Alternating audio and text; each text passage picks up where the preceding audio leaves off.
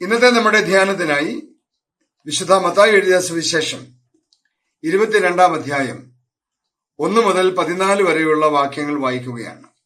Gospel according to saint Matthew chapter 22 verses 1-14.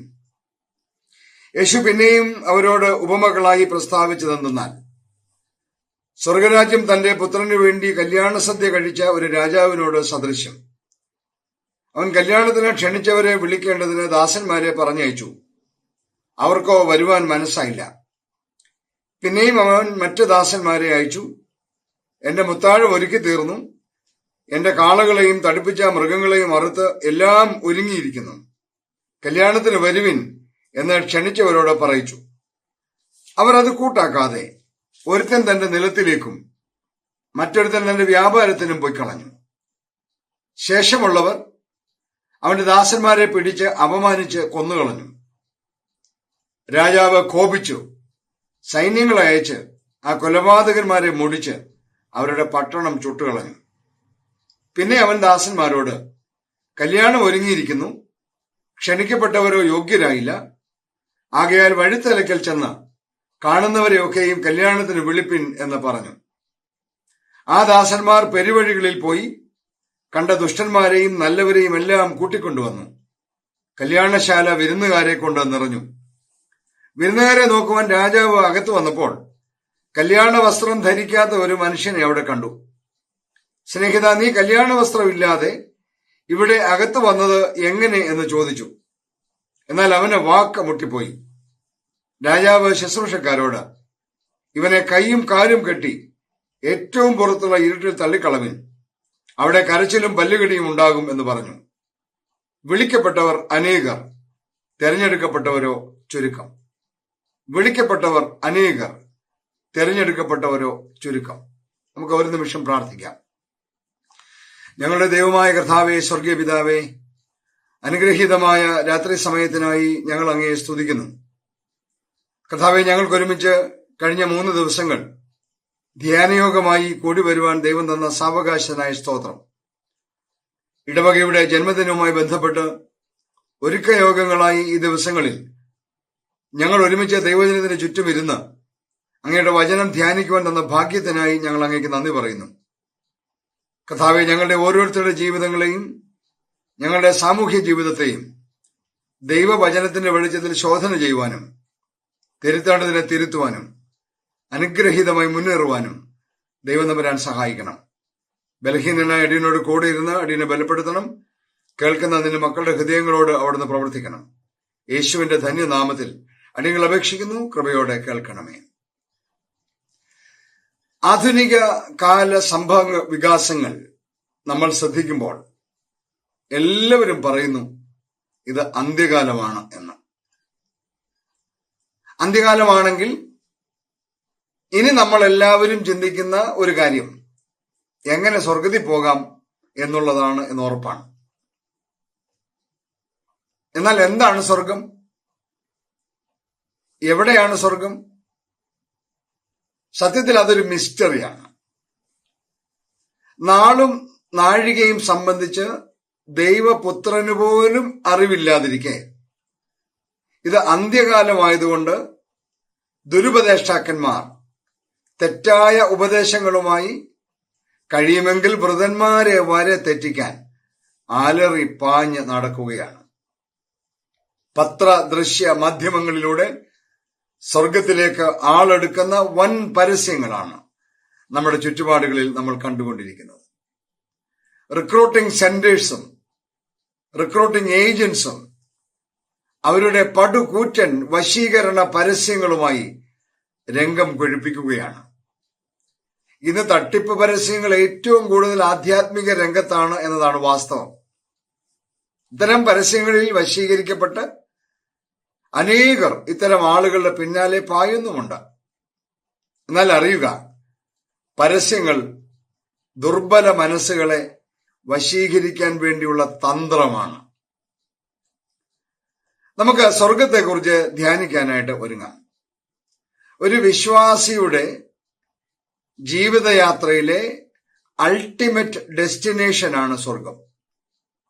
The final destination of A believer. വേദപുസ്തകം നമ്മൾ വായിക്കുമ്പോൾ ദൈവരാജ്യമെന്നും സ്വർഗരാജ്യമെന്നും ഒക്കെ വളരെയധികം പറഞ്ഞു കേൾക്കുന്ന ഒരു പദമാണ്. സുവിശേഷങ്ങളിൽ തന്നെ ഇന്റർചേഞ്ചബിളായി ഈ വാക്ക് ഉപയോഗിച്ചിട്ടുണ്ട്. ദൈവശാസ്ത്രജ്ഞന്മാർ ഇവ തമ്മിലുള്ള അർത്ഥവ്യത്യാസം കണ്ടുപിടിക്കുവാൻ ശ്രമിക്കാറുണ്ടെങ്കിലും ആത്യന്തികമായി ഈ വാക്കുകൾ തമ്മിൽ വലിയ വ്യത്യാസമില്ല. വേദപുസ്തകം നമ്മൾ വായിച്ചു നോക്കുമ്പോൾ എവിടെയാണ് സ്വർഗം, എപ്പോഴാണ് സ്വർഗം അനുഭവമാവുക എന്നൊക്കെ ചോദിക്കുമ്പോൾ ടൈം ആൻഡ് സ്പേസ് സംബന്ധിച്ച് വേദപുസ്തകം തന്നെ നമ്മോട് പറയുന്ന ഒരുപാട് സൂചനകളുണ്ട്.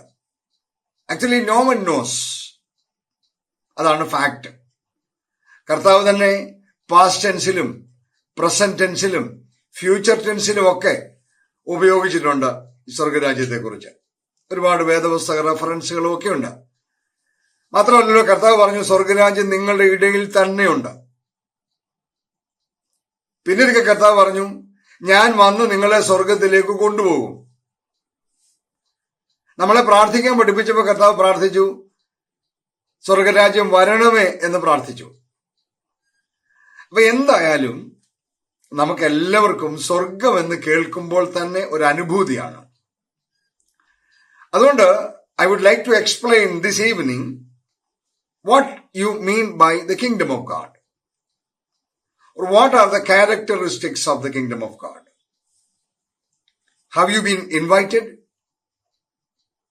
If so, what are the requirements? And what about the travel arrangements? On the basis of a beautiful imagery that Jesus had used to explain the topic, I would like to explain all these things this evening. സ്വർഗരാജ്യത്തിലെ വിരുന്നിലേക്കുള്ള ഒരു ക്ഷണമാണ് ഇന്ന് നമ്മൾ വായിച്ചു കേട്ട വേദഭാഗം. മത്തായി 22:2 ഇങ്ങനെ പറയുന്നു, സ്വർഗരാജ്യം തന്റെ പുത്രനു വേണ്ടി കല്യാണ സദ്യ കഴിച്ച രാജാവിനോട് സദൃശം. മത്തായി എഴുതിയ സുവിശേഷത്തിൽ മാത്രം സ്വർഗരാജ്യത്തെക്കുറിച്ച് 12-ലധികം ഉപമകൾ കർത്താവ് പറഞ്ഞിട്ടുണ്ട്. അതിലെ മനോഹരമായ ഒരു ഉപമയാണ് ഇത്. The kingdom of God is compared with a banquet prepared by the king in connection with the marriage of his son. ഞാനിതിനെ വിശുദ്ധ കുർബാനയോട് ഉപമിച്ച് ഈ സന്ധ്യയിൽ വ്യാഖ്യാനിക്കാനായിട്ട് ആഗ്രഹിക്കുകയാണ്. അപ്പൊ അങ്ങനെയാണെങ്കിൽ സഭയും സ്വർഗരാജ്യവും തമ്മിലുള്ള ബന്ധം നമ്മളൊന്ന് മനസ്സിലാക്കിയിരിക്കണം. ഞങ്ങൾ വൈദിക സെമിനാരിയിൽ പഠിക്കുന്ന കാലത്തൊക്കെ ദൈവശാസ്ത്രം പഠിച്ചപ്പോഴൊക്കെ കാണാതെ പഠിച്ച ചില വാചകങ്ങൾ ഇപ്പോഴും എന്റെ മനസ്സിലുണ്ട്. Church is the extension of the kingdom of God. ദൈവരാജ്യത്തിന്റെ വിപുലീകരണമാണ്, എക്സ്റ്റൻഷനാണ് സഭ എന്ന് പറയുന്നത്. Church is a sign and sacrament of the kingdom of God. ദൈവരാജ്യത്തിന്റെ അടയാളമാണ്, കൂദാശയാണ് സഭ എന്ന് പറയുന്നത്. Church is the budding forth of the kingdom of God. ദൈവരാജ്യത്തിന്റെ വിടർന്നു തുടങ്ങിയ മൊട്ടാണ് സഭ എന്ന് പറയുന്നത്. If so, we are the local unit of the kingdom of God. I would say all of us, especially you, are the Chicago local unit of the kingdom of God. നമുക്കതൊന്ന് പരിശോധിക്കാനായിട്ട് ശ്രമിക്കാം. Jesus compares the kingdom of God with a wedding banquet. That means it's a celebration. The happiest celebration of human life. മനുഷ്യ ജീവിതത്തിലെ ഏറ്റവും പ്രധാനപ്പെട്ട ഒരാഘോഷം, ഏറ്റവും ആനന്ദദായകമായ ഒരാഘോഷം, അതാണ് വിവാഹ സദ്യ. യേശു അതിലൂടെ പറഞ്ഞു വെക്കുന്നത്, the experience of the kingdom of God is Joy. വെറും ജോയ് അല്ല, ഗ്രേറ്റ് ജോയ്. ദൈവരാജ്യത്തിന്റെ അനുഭവം എന്ന് പറയുന്നത് സന്തോഷമാണ്, മഹാസന്തോഷമാണ്. അപ്പോൾ ദൈവരാജ്യത്തിന്റെ പ്രാദേശിക യൂണിറ്റായ നമ്മുടെ ഇടവകയിലെ ഒരുമിച്ച് കൂടലുകൾ സന്തോഷകരമാവണം. സ്വർഗം എന്താണ്, എവിടെയാണ് എന്നതിനെക്കുറിച്ച് വേവലാതിപ്പെടുന്നതിന് പകരം സഭയുമായുള്ള ബന്ധത്തിൽ, ഇടവകയുമായുള്ള ബന്ധത്തിൽ, ആ സഭയിൽ നടക്കുന്ന വിശുദ്ധ കുർബാന എന്ന വലിയ സദ്യയുമായി ബന്ധത്തിൽ ദൈവരാജ്യത്തെ കാണാൻ ശ്രമിക്കുമ്പോൾ ആദ്യം മനസ്സിലാക്കുക, the experience of the kingdom of God is joy and great Joy. നമ്മുടെ കൂടിവരവുകൾ സന്തോഷകരമാണോ? നമ്മൾ പറയുമല്ലോ, നമുക്ക് നാമേ പണിവത് നാഗം നരകവും അതുപോലെ. നമ്മൾ തന്നെയാണ് സ്വർഗവും നരകവും പണിയുന്നത് എന്നാണ്. നമ്മുടെ ഒരുമിച്ച് കൂടലുകൾ മഹാസന്തോഷത്തിന്റെ അവസരങ്ങളാണെങ്കിൽ നാം കൂടി വരുന്നത് സ്വർഗത്തിലാണ്, അല്ലെങ്കിൽ നരകത്തിലാണ്, ഉറപ്പാണ്. എന്താ കാരണം? The experience of the kingdom of God is joy and great joy. എന്താണ് ഈ സന്തോഷത്തിന്റെ കാരണം എന്നറിയാമോ? Having the banquet with the king and his beloved son. പ്രിയപ്പെട്ടവരെ, holy communion is a banquet with the king and his only begotten son. Are you excited to participate in the holy communion? ദൈവരാജ്യത്തിന്റെ സദ്യ എന്ന് പറയുമ്പോൾ രാജാവിനോടും അവന്റെ പുത്രനോടും കൂടെ സദ്യ കഴിക്കുന്നു എന്നതാണ് ഏറ്റവും വലിയ സന്തോഷത്തിന്റെ കാര്യം. അതുകൊണ്ട് ഒരു വിശുദ്ധ കുർബാന എന്ന് പറയുമ്പോൾ സ്വർഗരാജ്യത്തിൽ നടക്കുന്ന വലിയ വിരുന്നിന്റെ റെപ്ലിക്കയാണ്. നമ്മൾ അതിൽ പങ്കെടുക്കുമ്പോൾ നമുക്ക് ഉണ്ടാവേണ്ടത് ഈ വലിയ ആനന്ദമാണ്. അതിന് ഏറ്റവും പ്രധാനപ്പെട്ട കാരണം രാജാവിനോടും അവന്റെ ഏക പുത്രനോടും കൂടെയാണ് നമ്മൾ ഈ സദ്യ കഴിക്കുന്നത് എന്നാണ്. പ്രിയപ്പെട്ടവരെ, 1999 നവംബർ മാസത്തിലാണല്ലോ ഞാൻ ഷിക്കാഗോയിൽ നിന്ന് ന്യൂഡൽഹിയിലേക്ക് വരുന്നത്. നവംബർ മാസം 1-ാം തീയതിയാണ് ഞാൻ ഫരീദാബാദിൽ വന്ന് ചുമതലയേൽക്കുന്നത്. ആ നവംബർ മാസം കഴിഞ്ഞ് ക്രിസ്മസ് സീസൺ ആയപ്പോൾ എനിക്ക് ഒരു കത്ത് കിട്ടി. ഞാൻ ആ കത്ത് നിങ്ങളെ ഒന്ന് കാണിക്കാം. ഇത് അഡ്രസ് ചെയ്തിരിക്കുന്ന the Reverend doctor P Thomas. അതിന്റെ ഫ്രം അഡ്രസ് രാഷ്ട്രപതി ഭവൻ, ന്യൂഡൽഹി എന്നാണ്. ഞാൻ വന്ന ഇൻവിറ്റേഷൻ നിങ്ങളെ ഒന്ന് വായിച്ച് കേൾപ്പിക്കാം. The president of India and Shrimati Usha Narayanan request the pleasure of the company of Reverend Dr. P. Thomas to an evening of Christmas carols on Tuesday, 21st December 1999 at 5:30 hours at Rashtrapati Bhavan, New Delhi. അന്നത്തെ ഇന്ത്യയുടെ president doctor KR നാരായണനും Usha നാരായണനും രാഷ്ട്രപതി ഭവനിൽ ക്രമീകരിച്ച ഒരു Christmas ഗാനസന്ധ്യയിലേക്കും ഡിന്നറിലേക്കും എന്നെ ക്ഷണിച്ചുകൊണ്ട് എനിക്ക് കിട്ടിയ കത്താണ്. ദാ ഗോൾഡൻ അശോക സ്തംഭവും ഒക്കെ ഉണ്ടല്ലോ. ഈ കത്ത് കിട്ടിയപ്പോൾ ഞാൻ ആകെപ്പാടെ ഒന്ന് ഞെട്ടി. കാരണം എന്റെ പേഴ്സണൽ അഡ്രസ്സിൽ എന്നെ അഡ്രസ് ചെയ്ത് രാഷ്ട്രപതി ഭവനിലേക്ക് എന്നെ ക്ഷണിച്ചുകൊണ്ട് ഇന്ത്യൻ പ്രസിഡന്റിന്റെ ഒരു കത്ത്. ഞാൻ വളരെ സന്തോഷത്തോടെ രാഷ്ട്രപതി ഭവനിലെ ക്രിസ്മസ് ഗെറ്റ് ടുഗദറിന് പോയി. എന്നെ കേൾക്കുന്ന പ്രിയപ്പെട്ടവരെ, ഞാൻ അവിടെ ചെന്ന് രാഷ്ട്രപതി ഭവന്റെ മുറ്റത്ത് ചെന്നപ്പോൾ മുതലുള്ള കാഴ്ചകളും അനുഭവങ്ങളും എനിക്കിന്നും വിവരിക്കാനാവാത്ത തരം അനുഭവങ്ങളായിരുന്നു. അശ്വാരൂഢന്മാരായ പട്ടാളക്കാര് ഇരുവശങ്ങളിലും നിരന്നു നിൽക്കുകയാണ്. അവരുടെ നടുവിലൂടെ വിരിച്ചിരിക്കുന്ന റെഡ് കാർപ്പറ്റിലൂടെയാണ് നടന്ന് രാഷ്ട്രപതി ഭവനിലെ വലിയ ഹാളിലേക്ക് പ്രവേശിക്കുന്നത്. അവിടെ ചെന്നപ്പോഴാണ് അതിനേക്കാൾ അത്ഭുതകരമായ കാര്യം. പ്രൈം മിനിസ്റ്റർ AB വാജ്പേയി, പിന്നെ അവിടെ ഇരിക്കുന്നത് LK അദ്വാനി, സോണിയാഗാന്ധി, ഇന്ത്യ മഹാരാജ്യത്തെ VVIPs എല്ലാം നിരന്നിരിക്കുകയാണ്. അവരുടെ കൂട്ടത്തിൽ പോയി ഞാനും ഇരുന്നു. ഈ ക്രിസ്മസ് ഗാനം ഒക്കെ നടക്കുകയാണ്. അതിനേക്കാളൊക്കെ എന്റെ ശ്രദ്ധ ഈ വരുന്ന ആളുകളെയൊക്കെ കാണാനാണ്. പെട്ടെന്ന് ഒരു കാഹളനാദം കേട്ടു. പ്രസിഡന്റും ഭാര്യയും കൂടെ എഴുന്നള്ളുകയാണ്. എല്ലാവരും എഴുന്നേറ്റ് നിന്നു. അവരെ വരവേറ്റു. അവര് കയറി ഹാളിലേക്ക് ഇരുന്നു. പ്രോഗ്രാം നടന്നു. അത് കഴിഞ്ഞ് തൊട്ടടുത്ത ഹാളിൽ എല്ലാവർക്കും ഭക്ഷണം. എന്തെല്ലാം തരം വിഭവങ്ങളാണ്. ഞാൻ ഈ ഭക്ഷണം കഴിക്കുന്നതിനേക്കാൾ അപ്പുറത്ത് എന്റെ ഏറ്റവും വലിയ സന്തോഷം, ഞാൻ ഈ ഓരോ VVIPയുടെ മുന്നേ പോയി നമസ്കാരം പറയുകയും അവരോടൊക്കെ ഹലോ പറയുകയൊക്കെ ചെയ്തു. അത് കഴിഞ്ഞ് ഞാൻ തിരിച്ച് വീട്ടിൽ വന്നു. വീട്ടിൽ വന്നപ്പോൾ എന്റെ ഭാര്യ ഓടി വന്നിട്ട് ചോദിച്ചു എങ്ങനെയുണ്ടായിരുന്നു. ഞാൻ പറഞ്ഞു തൊട്ടുപോകരുത് തന്നെ, കാരണം ഞാൻ ഇന്ത്യൻ പ്രസിഡന്റിന്റെ കൂടെ ഒരു ഡിന്നർ കഴിച്ചേച്ച് വന്നേക്കാണ്. എന്തോ ഒരു ഗമയായിരുന്നു എനിക്ക്.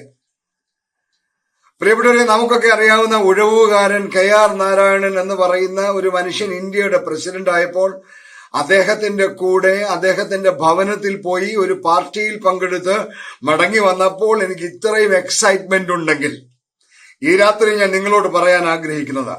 പ്രിയപ്പെട്ടവരെ, ഈ പ്രപഞ്ചത്തിന്റെ സൃഷ്ടിതാവായ ദൈവം തമ്പുരാൻ നിന്നെ ഓരോ ഞായറാഴ്ചകളിലും ആ വലിയ കല്യാണ സദ്യയിലേക്ക് ക്ഷണിക്കുമ്പോൾ എന്തോ ഒരു എക്സൈറ്റ്മെന്റ് ആണ് നമുക്കുണ്ടാവേണ്ടത്. കാരണം എല്ലാ വിശുദ്ധ ദിവസങ്ങളിലും നിന്നെ വിളിക്കുന്നത് രാജാതിരാജാവിനോടും അവന്റെ പുത്രനോടും കൂടെയുള്ള സദ്യയിലേക്കാണ്. ഈ വലിയ സന്തോഷം നമ്മൾ അനുഭവിക്കുമ്പോഴാണ് നമ്മൾ സ്വർഗരാജ്യത്തിന്റെ അനുഭവം എന്താണ് എന്ന് തിരിച്ചറിയുന്നത്. ഞാൻ പറഞ്ഞല്ലോ, ഇത്രയും വർഷം കഴിഞ്ഞിട്ടും അന്നത്തെ ആ ഒരു എക്സൈറ്റ്മെന്റ് എന്റെ മനസ്സിലുണ്ട്. ഓരോ വിശുദ്ധ ദിവസവും വിശുദ്ധ കുർബാനയിൽ പങ്കെടുക്കുന്നത് ഞാൻ അതിനേക്കാൾ വലിയ എക്സൈറ്റ്മെന്റോട് കൂടെയാണ്. കാരണം പ്രപഞ്ചത്തിന്റെ സൃഷ്ടിതാവായ രാജാതിരാജാവായ ദൈവം തമ്പുരാനോട് ഒരുമിച്ച് യേശു കർത്താവിന്റെ മണവാട്ടിയുടെ കുഞ്ഞാടിന്റെ കല്യാണ സദ്യയിൽ പങ്കെടുക്കുന്ന മഹാസന്തോഷമാണ് ഓരോ വിശുദ്ധ ദിവസത്തിലും നമ്മൾ അനുഭവിക്കുന്നത്. എന്നാൽ നമ്മളിൽ മിക്ക ആളുകൾക്കും ആ എക്സൈറ്റ്മെന്റ് ഉണ്ടോ എന്ന് എനിക്ക് സംശയമാണ്. നമ്മൾ വേദഭാഗം വായിക്കുമ്പോൾ നമുക്കത് മനസ്സിലാവും. അതായത് 22:3 കല്യാണത്തിന് ക്ഷണിച്ചവരെ വിളിക്കേണ്ടതിന് അവൻ ദാസന്മാരെ അയച്ചു. അത് യഹൂദന്മാരുടെ ഒരു നാട്ടാചാരമാണ്. വിവാഹ വിവരം നേരത്തെ അറിയിക്കും. വിവാഹ വിരുന്നിന് ദാസന്മാരെ അയച്ച് അവരെ ക്ഷണിക്കും. എന്റെ ക്ഷണക്കത്ത് ഒരു പ്രത്യേക ദൂതൻ വശമാണ് വീട്ടിൽ കൊടുത്തു വിടുകയായിരുന്നു. പോസ്റ്റിൽ അയക്കുകയല്ലായിരുന്നു. ഡൽഹിയിൽ നിന്ന് ഒരു ദൂതൻ വശം പാഴ്സനേജിൽ എത്തിക്കുകയായിരുന്നു. പ്രിയപ്പെട്ടവർ, ഈ ക്ഷണം അന്നും ഇന്നും ദൈവം നടത്തിക്കൊണ്ടിരിക്കുകയാണ്. അബ്രഹാം മുതൽ ആരംഭിച്ച ആ ക്ഷണം ഇന്നും അവൻ തന്റെ ദാസന്മാരിലൂടെ തുടരുകയാണ്. എന്താണ് പറയുന്നത്? Come, you are invited to the banquet. പ്രിയപ്പെട്ടവരെ, I have been inviting people for the last 30+ years to this banquet. I invited all of you by the grace of God for almost 3.5 years in Chicago. Come participate in this holy banquet. എന്നാൽ എന്താ സംഭവിച്ചത് നോക്കുക. അവർ ചെന്ന് പറഞ്ഞ വാചകം എന്താണ്? എല്ലാം ഒരുങ്ങിയിരിക്കുന്നു. Everything is ready. സ്വർഗരാജ്യത്തെക്കുറിച്ചുള്ള രണ്ടാമത്തെ വലിയൊരു ആശയം നമ്മെ പഠിപ്പിക്കുകയാണ്. The character of the kingdom of God is everything is ready. ദൈവരാജ്യത്തിൽ അപൂർണതയില്ല. Everything is ready. ചെന്ന ജോലിക്കാരെല്ലാം അവരോട് പറഞ്ഞതാണ്. പ്രിയപ്പെട്ടവരെ, ദൈവരാജ്യത്തിൽ അപൂർണതയില്ല എന്ന് ഞാൻ പറഞ്ഞല്ലോ. ഞാൻ ഈ രാഷ്ട്രപതി ഭവനിൽ നിന്ന് കിട്ടിയ ഇൻവിറ്റേഷൻ, അതിനോടൊപ്പം ഒരു നോട്ട് അവർ വെച്ചിരുന്നു. അതിലെ ഓരോ പോയിന്റുകൾ, ഈ രാഷ്ട്രപതി ഭവനിൽ ചെല്ലുമ്പോൾ ശ്രദ്ധിക്കേണ്ട കാര്യങ്ങൾ അക്കമിട്ട് നിരത്തിയിട്ടുണ്ട്. 5:30 മണിക്കാണ് പ്രോഗ്രാം. പക്ഷേ നമുക്ക് കിട്ടിയ ഇൻവിറ്റേഷനിൽ ഒന്നാമത്തെ point, invitees are requested to reach the venue by 17 hours. അതായത് 5 മണിക്ക് അവിടെ എത്തിയിരിക്കണം. നീ ചെല്ലുന്നത് രാഷ്ട്രപതി ഭവനിലാണ്. രാഷ്ട്രപതിയോട് ഒരുമിച്ചുള്ള ഒരു കൂട്ടായ്മയ്ക്കാണ്. 5:30 മണിക്കാണ് പ്രോഗ്രാം. പക്ഷേ you have to be there by 5 o'clock. ദൈവരാജ്യത്തിന്റെ പ്രത്യേകത അതാണ്. നിന്നെ ഓരോ വിശുദ്ധ ദിവസങ്ങളിലും വിളിക്കുമ്പോ സമയം എന്ന് പറയുന്നത് വളരെ പ്രധാനപ്പെട്ട ഒരു കാര്യമാണ്. പക്ഷെ നമ്മൾ ദൈവിക കാര്യങ്ങൾക്ക് മാത്രം റെഡിയല്ല എന്നതാണ് പ്രശ്നം. അമേരിക്കയിൽ നമ്മൾ എപ്പോഴും പറയുന്ന ഒരു വാചകമാണല്ലോ IST എന്ന്, ഇന്ത്യൻ സ്റ്റാൻഡേർഡ് ടൈം.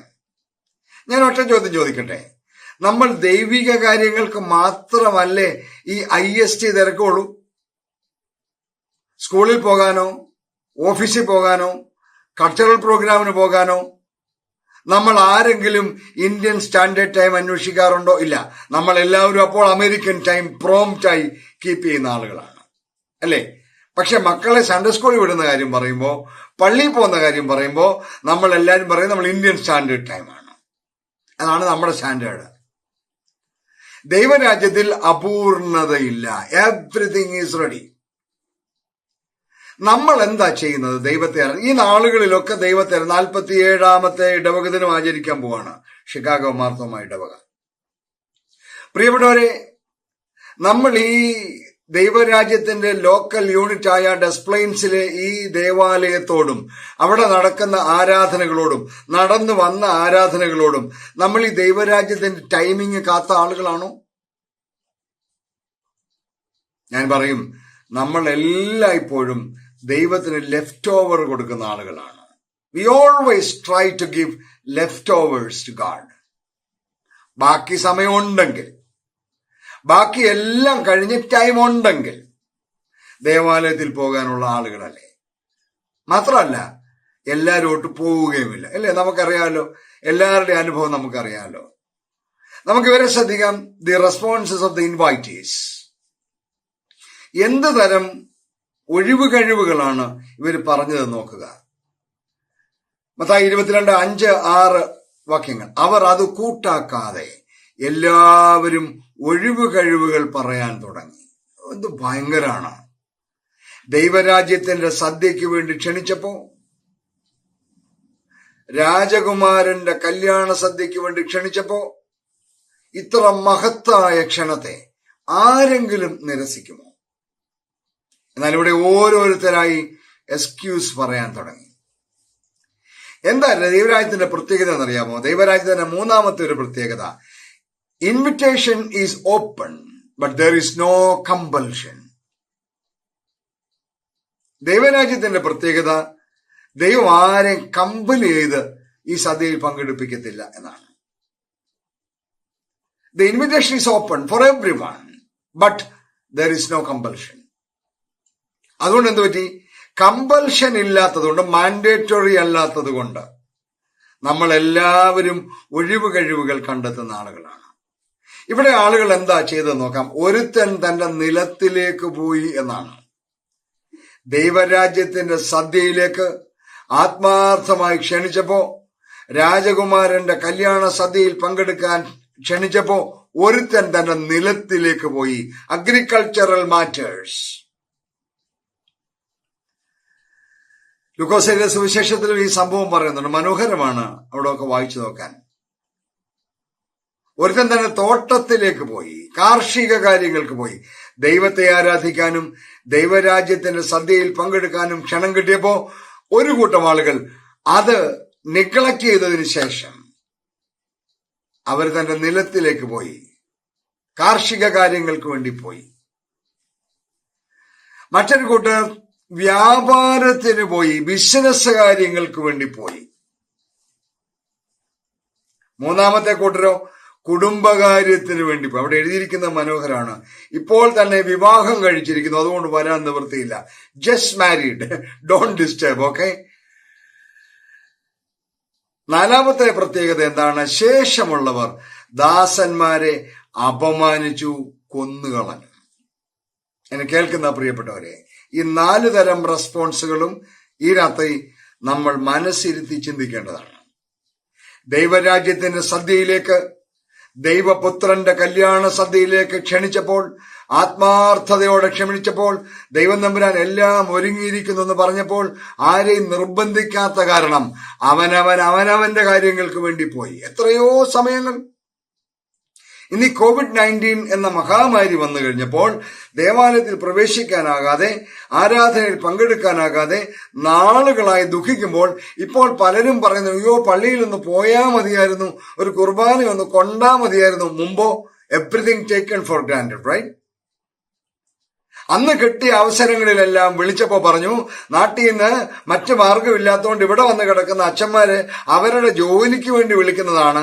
നമുക്ക് രാവിലെ കൃഷിക്ക് പോകാം, നമുക്ക് നാളെ ഓൾ സ്റ്റേറ്റ് ബിസിനസിന് പോകാം, നമുക്ക് നാളെ കുടുംബകാര്യത്തിന് പോകാം, പെണ്ണുകെട്ടിന് പോകാം, നമുക്ക് പെണ്ണ് കാണാൻ പോകാം, നമുക്ക് വീട് കൂതാശിക്ക് പോകാം, അല്ലെ? എന്തെല്ലാം കലാപരിപാടി കൊണ്ട് നടന്ന ആളുകളാണ് നമ്മൾ. ദൈവം എല്ലാവരെയും എന്നും അങ്ങനെ വിടുമെന്ന് വിചാരിക്കരുത്. പ്രിയപ്പെട്ടവരെ, 4 തരം റെസ്പോൺസുകളാണ് നമ്മളിവിടെ കാണുന്നത്. ഒന്നാമത്തെ കൂട്ടര് തങ്ങളുടെ കാർഷിക കാര്യങ്ങൾക്ക് വേണ്ടി പോയി. രണ്ടാമത്തെ കൂട്ടര് അവരുടെ ബിസിനസ് കാര്യങ്ങൾക്ക് വേണ്ടി പോയി. മൂന്നാമത്തെ കൂട്ടര് കുടുംബകാര്യങ്ങൾക്ക് വേണ്ടി പോയി. നമ്മളെയൊക്കെ ദൈവം തമ്പുരാൻ വിളിച്ച സമയങ്ങളിലെല്ലാം നമ്മളെല്ലാം ഇതിലേതെങ്കിലുമൊക്കെ എക്സ്ക്യൂസ് പറഞ്ഞു പോയ ആളുകളാണ്. മറ്റൊരുപാട് കാര്യങ്ങൾ വ്യാപൃതരായി, മറ്റൊരുപാട് കാര്യങ്ങൾ എൻഗേജ്ഡായി കല്യാണ സദ്യ ഉപേക്ഷിച്ച ഒരുപാട് ആളുകൾ നമ്മുടെ കൂട്ടത്തിലുണ്ട് എന്നെനിക്ക് നന്നായിട്ട് അറിയാം. 4ാമത്തെ കൂട്ടരെ ശ്രദ്ധിക്കണം. ശേഷമുള്ളവർ അവന്റെ ദാസന്മാരെ അപമാനിച്ചു കൊന്നുകളഞ്ഞു. ദൈവരാജ്യ സദ്യക്ക് വിളിക്കാൻ വന്നവരെ അപമാനിക്കുക, കൊല്ലുക. ആദ്യത്തെ 3 കൂട്ടരെ സംബന്ധിച്ചിടത്തോളം അവരുടെ മുൻഗണനയിൽ സംഭവിച്ച പിഴവാണ്. അവരുടെ ഒഴിവ് കഴിവുകൾ ഒന്നും അതിൽ തന്നെ തെറ്റല്ല. എന്നാ കാർഷിക കാര്യങ്ങൾക്ക് പോകുന്നത് തെറ്റാണോ? തെറ്റല്ല. ജീവിക്കാൻ വേണ്ടി ബിസിനസ് ചെയ്യുന്നത് തെറ്റാണോ? തെറ്റല്ല. കുടുംബകാര്യങ്ങൾ നോക്കുന്നത് തെറ്റാണോ? തെറ്റല്ല. പക്ഷേ നിന്റെ പ്രയോറിറ്റി എന്തിനാണ് എന്നതാണ് പ്രശ്നം. മുൻഗണനയാണ് പ്രശ്നം. ദൈവരാജ്യത്തിന്റെ സദ്യക്ക് വിളിച്ചപ്പോൾ അതിന് പ്രയോറിറ്റി കൊടുക്കാതെ മറ്റു കാര്യങ്ങൾക്ക് പ്രയോറിറ്റി കൊടുത്തതാണ് ഈ 3 കൂട്ടരുടെ പ്രശ്നം. എന്തുകൊണ്ടായിരിക്കും അവരെല്ലാം അങ്ങനെ ചെയ്തത്? അവർ സ്വന്തം കാലിൽ നിൽക്കാൻ പ്രാപ്തിയുള്ളവരായതുകൊണ്ടാണ്.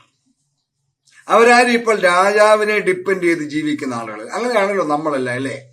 നമ്മൾ സ്വന്തം കാലിൽ നിൽക്കാൻ പ്രാപ്തിയാകുമ്പോഴാണല്ലോ ഈ കാര്യങ്ങളൊക്കെ വേണ്ട എന്ന് വെക്കുന്നത്. അല്ലാത്തപ്പോ ഭയങ്കര ഭക്തിയാണ്, അല്ലെ? നമുക്ക് ബുദ്ധിമുട്ടുള്ളപ്പോ, ജോലി പ്രശ്നമുള്ളപ്പോ, രോഗപ്രശ്നമുള്ളപ്പോ, കുടുംബത്തിൽ പ്രശ്നമുള്ളപ്പോ ഭയങ്കര പ്രാർത്ഥന, ആരാധന, വലിയ താല്പര്യമാണ്. പക്ഷെ നമ്മൾ സ്വന്തം കാലിൽ നിൽക്കാൻ പ്രാപ്തരായി കഴിയുമ്പോൾ പിന്നെ നമുക്ക് വലിയ ഇൻട്രസ്റ്റ് ഒന്നുമില്ല. ഈ 3 പേരുടെ പ്രശ്നം അവരുടെ പ്രയോറിറ്റി മാറിപ്പോകാൻ കാരണം അവര് രാജാവിനെ ഡിപ്പെൻഡ് ചെയ്ത് ജീവിക്കുന്നവരല്ല എന്ന തോന്നലാണ്. മറ്റൊരു വിധത്തിൽ വേണമെങ്കിൽ പറഞ്ഞാൽ, ഈ ലോകത്തിന്റെ ജീവിത ഭദ്രതയല്ലാതെ പരലോകത്തെ പറ്റി ചിന്തിക്കാനോ അന്വേഷിക്കാനോ അവർ മെനക്കെടാതെ പോയി എന്നതാണ് പ്രശ്നം. ഈ ആദ്യത്തെ 3 കൂട്ടരുടെയും ഏറ്റവും വലിയ പ്രശ്നം അവിടെയായിരുന്നു. ഞാൻ വീണ്ടും ആ വാചകം ആവർത്തിക്കുകയാണ്. ഈ ലോകത്തിലെ ജീവിത ഭദ്രതയല്ലാതെ പരലോകത്തെ പറ്റി ചിന്തിക്കാനോ അന്വേഷിക്കാനോ അവർ മെനക്കെടാതെ പോയി എന്നതാണ് പ്രശ്നം.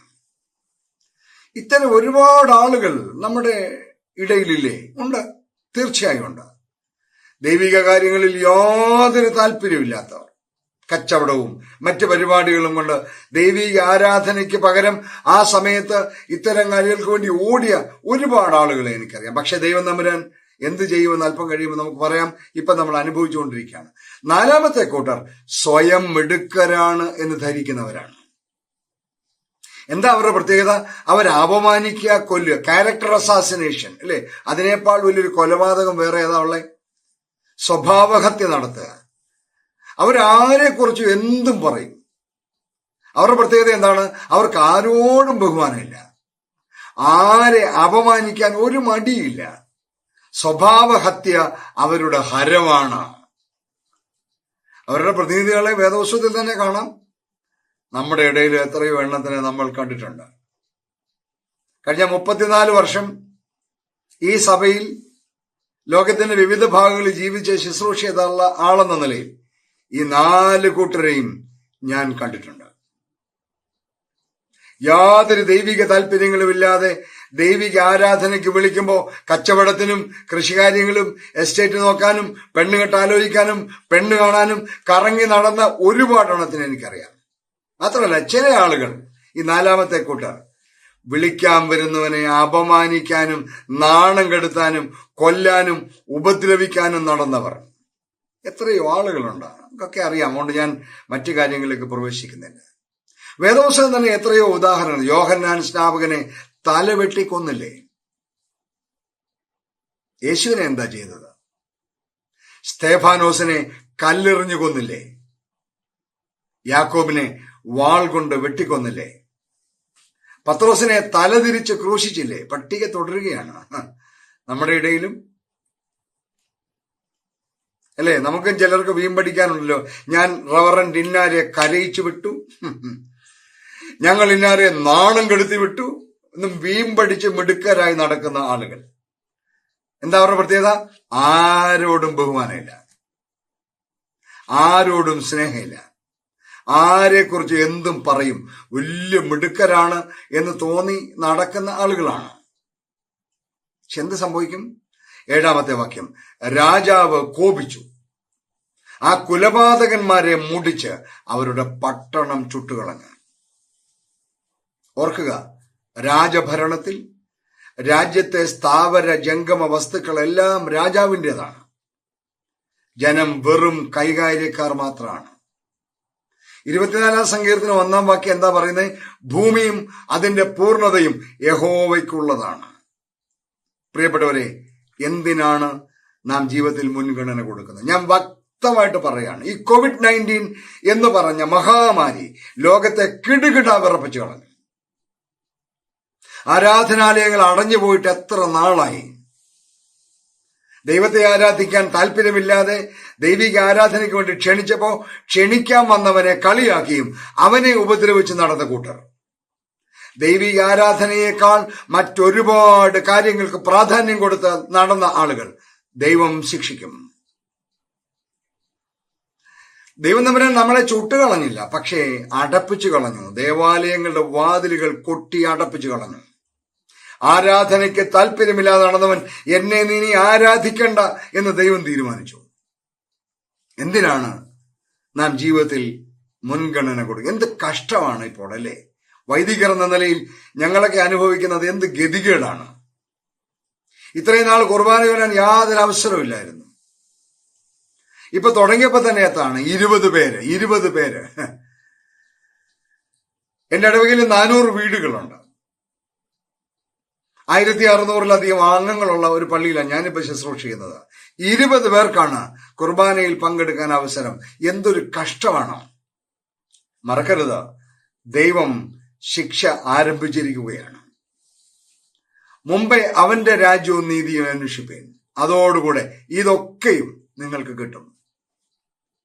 ഒരു കാര്യം വിനയത്തോടെ ഓർമ്മിപ്പിക്കട്ടെ, നമ്മൾ നിസ്സഹകരിച്ചാൽ ദൈവം പരാജയപ്പെട്ടു എന്ന് വിചാരിക്കരുത്. നമ്മുടെ പല ആളുകളുടെ ധാരണ നമ്മൾ പോയില്ലെങ്കിൽ ദൈവത്തിന്റെ പദ്ധതി പൊളിഞ്ഞു പോകുമെന്നാണ്. 8-9 വാക്യങ്ങൾ അവൻ ദാസന്മാരോട് പറയാണ്, വിളിച്ചവരാരും യോഗ്യരായില്ല. അപ്പോൾ നിങ്ങളൊരു കാര്യം ചെയ്യും, വഴിത്തലക്കൽ ചെന്ന് കാണുന്നവരെയൊക്കെയും കല്യാണത്തിന് വിളിപ്പിൻ എന്ന് പറഞ്ഞു.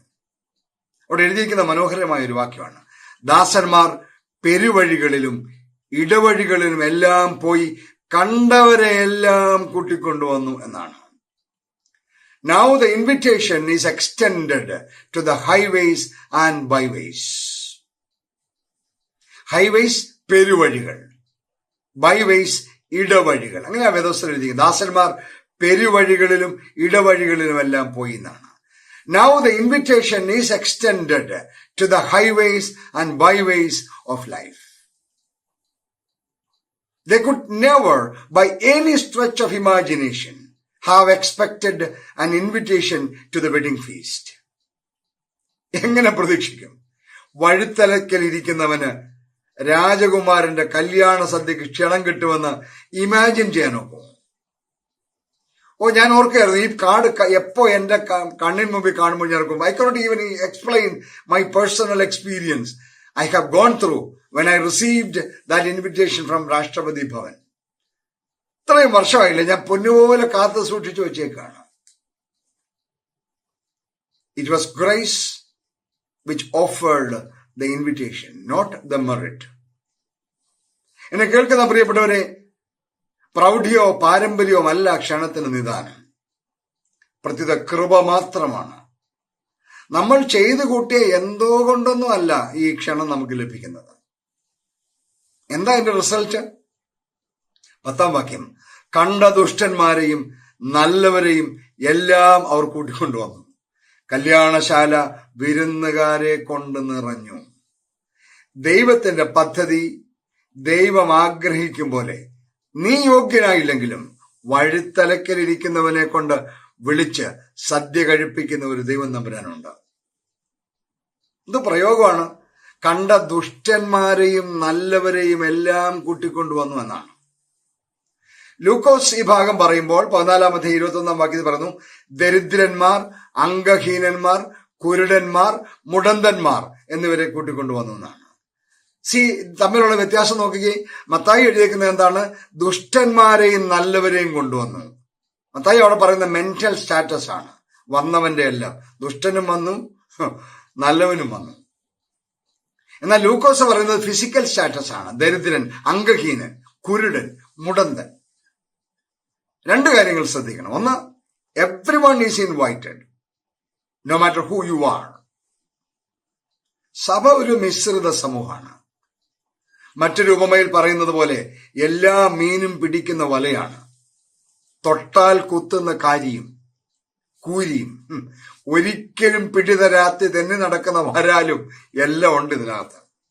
ഏതെല്ലാം സൈസ് ഉണ്ട് നമ്മുടെ കൂട്ടത്തിൽ, അല്ലേ? തൊട്ടാ കുത്തുന്നവൻ, തൊട്ടാ ചൊറിയുന്നവൻ, പിടിച്ച് കൈ കിട്ടാതെ ഇങ്ങനെ വഴുതി നടക്കുന്ന എല്ലാ സൈസും ഉണ്ട് ഇതിനകത്ത്. വേറൊരു ഉപമയെ കർത്താവ് പറയുന്ന പോലെ കോതമ്പും കളയും അവസാനം വരെ ഒരുമിച്ച് വളരും പോലെ. അതുകൊണ്ട് ഇപ്പൊ നമ്മൾ എല്ലാവരും ഉള്ളതുകൊണ്ട് എല്ലാവരും സ്വർഗത്തിൽ പോകുന്ന വിചാരിക്കരുത്. ഗോതമ്പും ഉണ്ട്, കളയും ഉണ്ട് കൂട്ടത്തിൽ. അവസാനം വരെ നിർത്തിയേക്കാണ്. എന്നിട്ട് അവൻ എന്ത് ചെയ്യുമെന്ന് പറയുന്നുണ്ട്. അവസാനം കൊയ്ത് കൂട്ടുമ്പോൾ നല്ലതിനെ കളപ്പുരയിൽ ശേഖരിക്കും, ബാക്കിയുള്ളതിനെ തീയിട്ട് ചുട്ടുകളയും. 2-ാമത്തെ ഒരു പ്രധാന വിഷയം, ആരെല്ലാം ക്ഷണം നിരസിച്ചാലും ദൈവം തന്റെ ഉദ്ദേശം നിവർത്തിച്ചിരിക്കുന്നു. അവിടെ എഴുതിയിരിക്കുന്ന വാചകം കണ്ടോ? The banquet hall is full. എന്നെ കേൾക്കുന്ന പ്രിയപ്പെട്ടവരെ, ദൈവം തമ്പുരാൻ കാലാകാലങ്ങളിലായി തന്റെ ദാസന്മാരിലൂടെ, അവിടെ 6 പേര് വേണം നിങ്ങൾക്ക് ചേർക്കാം, നിങ്ങളെ ഈ കല്യാണ സദ്യയിലേക്ക് ക്ഷണിച്ചപ്പോൾ എന്തെല്ലാം എക്സ്ക്യൂസസ് പറഞ്ഞ ആളുകളാണ് നിങ്ങൾ. ജോലിക്കാര്യം പറഞ്ഞ് ദേവാലയത്തിലെ ആരാധന ഉപേക്ഷിച്ചവരല്ലേ? ബിസിനസ് കാര്യം പറഞ്ഞ് ആരാധന ഉപേക്ഷിച്ച ആളുകളില്ലേ? കല്യാണവും അതുപോലെയുള്ള കൂട്ടായ്മകളും പറഞ്ഞ് ദേവാലയത്തിലെ ആരാധന ഉപേക്ഷിച്ചവരില്ലേ? ഓർക്കുക, നീ യോഗ്യനായില്ലെങ്കിലും ദൈവം തമ്പുരാൻ തന്റെ ഉദ്ദേശം നിവർത്തിക്കും. അവിടെ എഴുതിയിരിക്കുന്ന വാചകം എന്താണ്? The banquet hall is full. കല്യാണശാല വിരുന്നുകാരെ കൊണ്ട് നിറഞ്ഞു. വാക്യം 11, വിരുന്നുകാരെ നോക്കുവാൻ രാജാവ് അകത്തു വന്നു. ഒരു കാര്യം ഇവിടെ നമ്മൾ പ്രത്യേകം ശ്രദ്ധിക്കണം. ഇതുവരെയുള്ള കാര്യങ്ങളെല്ലാം ചെയ്തത് ദാസന്മാരാണ്. ക്ഷണിക്കാൻ വന്നത് വിവിധ ദാസന്മാർ. പ്രവേശന കവാടത്തിൽ പരിശോധന നടത്തുന്നത് മറ്റ് ദാസന്മാർ. എന്നാൽ സദ്യ ആരംഭിക്കും മുമ്പ് രാജാവ് വരും പരിശോധനയ്ക്ക്. രാജാവിന്റെ കണ്ണ് സകലരെയും പരിശോധിക്കും. ഇവിടെ ക്ഷണിക്കാൻ വന്നവർക്കൊന്നും ഒരു പ്രസക്തിയില്ല കേട്ടോ. കാരണം ക്ഷണിക്കാൻ വരുന്ന ദാസന്മാരൊക്കെ ചിലപ്പോ പ്രലോഭനത്തിൽ വീഴാൻ സാധ്യതയുള്ളവരാണ്. എന്നാൽ രാജാവ് മുഖപക്ഷയില്ലാത്ത ആളാണല്ലോ. രാജാവ് വരുമ്പോൾ എല്ലാവരും എഴുന്നേറ്റ് നിൽക്കണം. പ്രിയപ്പെട്ടവരെ, എനിക്ക് കിട്ടിയ ഈ രാഷ്ട്രപതി ഭവനിലെ ഇൻവിറ്റേഷനിലെ ഒരു പോയിന്റ് ഞാൻ വായിച്ചു കേൾപ്പിക്കാം. On arrival of the president there will be a fanfare. All invitees are requested to remain standing during the fanfare and at the time of president's departure. President വരുമ്പോൾ ഒരു കാഹള ശബ്ദം കേൾക്കും. കാഹള ശബ്ദം കേൾക്കുമ്പോൾ എല്ലാവരും എഴുന്നേറ്റ് നിൽക്കണം. പ്രസിഡന്റ് ഇറങ്ങിപ്പോകുമ്പോഴും എല്ലാവരും എഴുന്നേറ്റ് നിൽക്കണം. ഇത് നമ്മെ വലിയ ഒരു പാഠം പഠിപ്പിക്കുന്നില്ലേ? രാജാതി രാജാവ് മടങ്ങി വരുമ്പോൾ കാഹളനാദം കേൾക്കും. കാഹളനാദം കേൾക്കുമ്പോൾ എല്ലാവരും എഴുന്നേറ്റ് നിൽക്കണം. You have to stand upright. You cannot sit, you cannot hide. You have to stand straight. അങ്ങനെ എഴുന്നേറ്റ് നിൽക്കുമ്പോൾ ഇതാ ഇവിടെ കല്യാണ വസ്ത്രമില്ലാത്ത ഒരുത്തൻ. എന്നെ കേൾക്കുന്ന പ്രിയപ്പെട്ടവരെ, ദൈവരാജ്യത്തിലേക്ക് വിളിക്കാൻ ദൈവം നമ്പുരാൻ ദാസന്മാരെ കാലാകാലങ്ങളിൽ അയച്ചിട്ടുണ്ട്. അവരുടെ ജോലി കല്യാണ സദ്യയിലേക്ക് ക്ഷണിക്കുക മാത്രമാണ്. യാതൊരു അർഹതയും ഇല്ലാത്തവനെയും ക്ഷണിക്കാൻ ദൈവം തന്റെ ദാസന്മാരെ അയച്ചിട്ടുണ്ട്. ഞാനും 3.5 വർഷം നിങ്ങളെ കല്യാണ സദ്യക്ക് ക്ഷണിച്ച ആളാണ്. വരൂ വരൂ എന്ന് പറഞ്ഞതാണ്. പക്ഷേ അവസാന സദ്യ വിളമ്പുമ്പോ എനിക്കോ നിങ്ങളെ വിളിച്ച മറ്റാർക്കോ, ഇപ്പൊ നിങ്ങളെ വിളിച്ചുകൊണ്ടിരിക്കുന്ന ഷിബി അച്ഛനോ ബിനു അച്ഛനോ യാതൊരു റോളും ഇല്ല. അവിടെ രാജാവ് വരും പരിശോധിക്കാൻ. കാരണം എന്താണെന്നറിയാമോ? ഞങ്ങൾ ആരെങ്കിലും അവിടെ നിന്നാൽ ഒരു പക്ഷേ നിങ്ങളെ ആരെയെങ്കിലും കാണുമ്പോൾ ആന്റി അല്ലേ, ആന്റി അങ്ങ് കയറിക്കാട്ടെ എന്ന് പറഞ്ഞേക്കാം. പക്ഷെ അത് ദൈവം അനുവദിക്കില്ല. ഇങ്ങനെ രാജാവ് അകത്ത് വന്നപ്പോൾ വാക്യം 12, ഒരുത്തൻ കല്യാണ വസ്ത്രമില്ലാതെ അവിടെ ഇരിക്കുന്നു. സ്നേഹിത, നീ കല്യാണ വസ്ത്രമില്ലാതെ ഇവിടെ അകത്ത് വന്നത് എങ്ങനെ എന്നവനോട് ചോദിക്കാണ്. ആ വിളി ശ്രദ്ധിച്ചോ? സ്നേഹിത, ഈ കല്യാണ വസ്ത്രമില്ലാതെ ഇവിടെ അകത്ത് വന്നത് എങ്ങനെ? അവിടെ എഴുതിയിരിക്കുന്ന വാക്ക് ഭയങ്കരമാണ്. അവന് വാക്ക് മുട്ടിപ്പോയി. ഭയങ്കരമായൊരു സംഭവം അല്ലേ? യാതൊരു മുന്നറിയിപ്പും ഇല്ലാതെ വഴി കണ്ടവനെ എല്ലാം കൂട്ടിക്കൊണ്ടു വന്നിട്ട് കല്യാണ വസ്ത്രമില്ലാത്തതിന് കുറ്റപ്പെടുത്തുന്നു. പിന്നെ അവൻ രാവിലെ ഇറങ്ങിയപ്പോ ഒരു ജോഡി കല്യാണ വസ്ത്രം കൊണ്ടല്ലേ തെണ്ടാൻ ഇറങ്ങിയത്. എന്നാൽ ആ വഴിയിൽ നിന്ന് അവനെ പിടിച്ച് ഇവിടെ കൊണ്ടുവന്നിട്ട് പറയാണ് കല്യാണ വസ്ത്രം ഇല്ല. എന്തൊരു അന്യായമാണ് അല്ലേ ഈ രാജാവ് ചെയ്തത്? വെറുതെ വഴിയിരുന്നവനെ വിളിച്ചകത്ത് കൊണ്ടുവന്നിട്ട് രാജാവ് വന്ന് പറയാണ് കല്യാണ വസ്ത്രം ഇല്ലെന്ന്. അപ്പൊ ഒരു മറുചോദ്യം ഉണ്ട് കേട്ടോ. ഇങ്ങനെ ചോദിക്കുന്നവർക്ക് ഒരു മറുചോദ്യം. ഇവൻ മാത്രമല്ലല്ലോ വഴിത്തലക്കേന്ന് കല്യാണത്തിന് വന്നത്. വന്നവരെല്ലാം പെരുവഴികളിൽ ഇടവഴികളിൽ നിന്ന് വന്നവരല്ലേ. അവർക്കല്ലേ എവിടുന്ന് കിട്ടി കല്യാണ വസ്ത്രം? അവരെല്ലാം രാവിലെ ഒരു ജോഡി കല്യാണ വസ്ത്രം ഒരുക്കി സഞ്ചിക്കകത്ത് വെച്ചോണ്ടാന്നോ വഴി പോയിരുന്ന് ധർമ്മം ചോദിച്ചത്? അല്ലെങ്കിൽ വഴിത്തലയ്ക്ക് പോയി വെറുതെ ഇരുന്നത്? ഇവൻ ഒഴികെ ബാക്കി എല്ലാവർക്കും എവിടുന്ന് കിട്ടി കല്യാണ വസ്ത്രം? ഉത്തരം ലളിതമല്ലേ. രാജവിരുന്നിലേക്ക് ക്ഷണിക്കുമ്പോൾ വിളിച്ചവന്റെ പ്രൗഢിക്കനുസരിച്ച് വിരുന്നിൽ പങ്കെടുക്കാനുള്ള വസ്ത്രവും അവിടെ ക്രമീകരിച്ചിട്ടുണ്ട്. കാരണം ഇവരെ എല്ലാം വഴിയിൽ നിന്ന് വിളിച്ചുകൊണ്ട് വന്നതുകൊണ്ട് രാജാവിന്റെ പ്രൗഢിക്കനുസരിച്ച് ഈ കല്യാണശാലയിൽ പ്രവേശിക്കാൻ ആവശ്യമായ വസ്ത്രങ്ങളും അവിടെ ക്രമീകരിച്ചു വെച്ചിരുന്നു. അത് പ്രവേശന കവാടത്തിൽ തന്നെ ക്രമീകരിച്ചിട്ടുണ്ടാവണം. അതുകൊണ്ടാണല്ലോ മറ്റെല്ലാവർക്കും കിട്ടിയത്. ഒരു രാജകീയ വിരുന്നിന് ക്ഷണം ലഭിച്ചാൽ പാലിക്കേണ്ട ചില മര്യാദകളുണ്ട്. അതായത് ആ രാജവിരുന്നിന് ചേർന്ന രീതിയിലല്ല ഇവൻ അവിടെ ഇരുന്നത് എന്ന് വ്യക്തം. അതാണല്ലോ കല്യാണ വസ്ത്രം ഇല്ല എന്ന് പറയാൻ കാരണം. ഒരു രാജകീയ വിരുന്നിന് ക്ഷണം ലഭിച്ചാൽ പാലിക്കേണ്ട ചില മര്യാദകളുണ്ട്. പോകുന്ന സ്ഥലത്തിനനുസരിച്ച് വസ്ത്രം ധരിക്കണം. എല്ലാ പ്രധാന ചടങ്ങുകൾക്കും അങ്ങനെയല്ലേ? അമേരിക്കയിൽ ജീവിക്കുന്ന എല്ലാവർക്കും അറിയാമല്ലോ, നമ്മൾ പോകുന്ന ചടങ്ങിന്റെ ഇമ്പോർട്ടൻസ് അനുസരിച്ചാണല്ലോ നമ്മൾ വസ്ത്രം ധരിക്കുക. ഒന്ന് ഓർത്ത് നോക്കിയാൽ മതി. പണ്ട് നമ്മുടെ നാട്ടിലൊക്കെ ഒരു 50 വർഷം മുമ്പ് നമ്മുടെ നാട്ടിൽ നമ്മുടെ അമ്മച്ചിമാരൊക്കെ കല്യാണത്തിന് പോകാൻ ഒരുങ്ങുമ്പോൾ എന്തൊരു വെപ്രാളമാണ്. അയൽപക്കത്ത് പോയി ഒരു മാല കടം വാങ്ങിച്ച് ആ മാലയൊക്കെ ഇട്ട്, കാരണം ഒരു കല്യാണത്തിന് മുമ്പ് അതിന്റെ പ്രൗഢിക്ക് അനുസരിച്ച് പോകണമല്ലോ.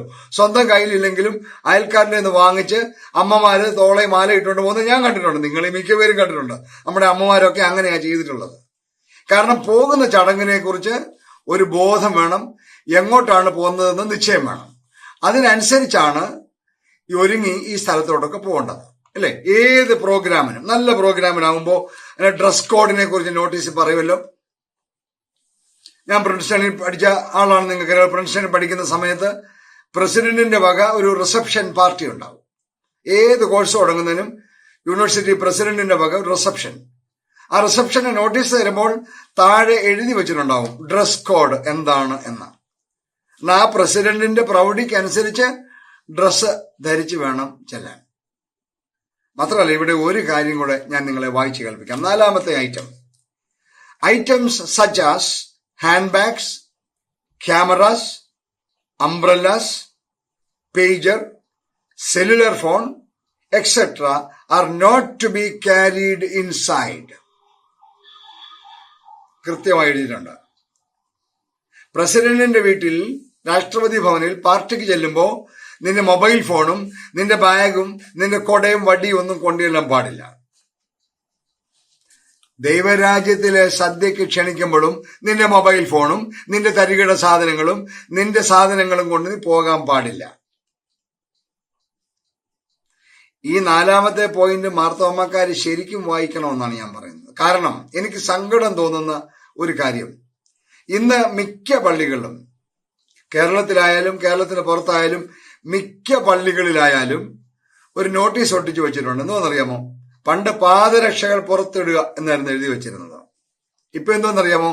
നിങ്ങളുടെ മൊബൈൽ ഫോൺ സ്വിച്ച് ഓഫ് ചെയ്യുക. ഇതൊരു കഷ്ടമാണ്, ഇതൊരു ഗതികേടാണ്. ഇതുപോലെ കോമൺ സെൻസ് ഇല്ലാതെ പ്രവർത്തിക്കുന്ന ഒരു വർഗം നമ്മൾ മാത്രമാണ്. ദേവാലയത്തിൽ കല്യാണ സദ്യക്ക് പങ്കെടുക്കാൻ പോകുമ്പോഴും മൊബൈൽ ഫോണും പോക്കറ്റ് ഇട്ടുകൊണ്ട് ഓൺ ആക്കിയിട്ടിട്ട് അങ്ങ് പോവാണ്.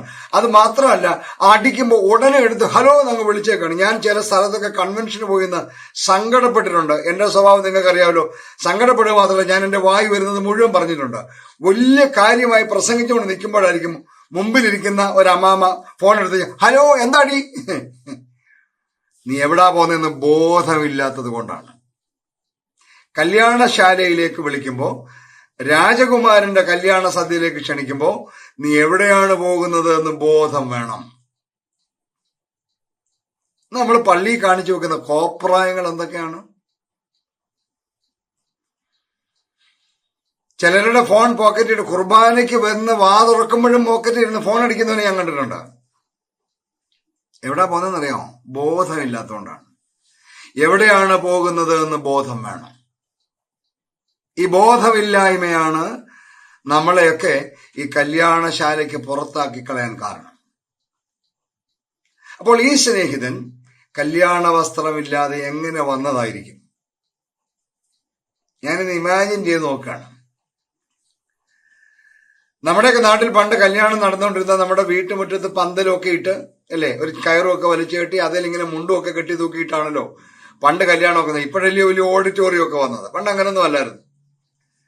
അപ്പൊ ഈ വൈകുന്നേരം അത്താഴ സദ്യ ഉണ്ട്, പിറ്റേ ദിവസത്തെ കല്യാണത്തിന് മെയിൻ സദ്യ ഉണ്ട്. ഈ സമയത്തൊക്കെ നമുക്ക് നാട്ടിൽ ചടങ്ങുണ്ട്. മുമ്പിൽ ഇങ്ങനെ ചോറ് വെച്ച വലിയ ചെമ്പിനകത്ത് വെള്ളം നിറച്ച് ചിരട്ടയൊക്കെ ഇട്ട് കൈ കഴുകി അകത്ത് കയറുന്ന പരിപാടി ഉണ്ടല്ലോ. അപ്പൊ ഞാനും എന്നെ പോലെ ഇന്നിത് കേട്ടുകൊണ്ടിരിക്കുന്ന പല ബിരുദന്മാരും ഈ ക്യൂ നിൽക്കാതെ ഈ മുണ്ടും പൊക്കെ അകത്ത് കയറിയത് ഓർമ്മയില്ലേ? കല്യാണശാലയിൽ ഇതുപോലെ കയറി വന്ന ഇവനും. എല്ലാവരും വരുന്നിടത്ത് കല്യാണ വസ്ത്രം ധരിച്ച് അകത്ത് കയറി വരാൻ അവസരം ഉണ്ടായിരിക്കെ ഇവൻ വേറെ വഴിയായി കയറി വന്നവനാണ്. ഇങ്ങനെ ഒരുപാടെണ്ണം കള്ളവിസ ഒപ്പിച്ചിരിപ്പുണ്ട്.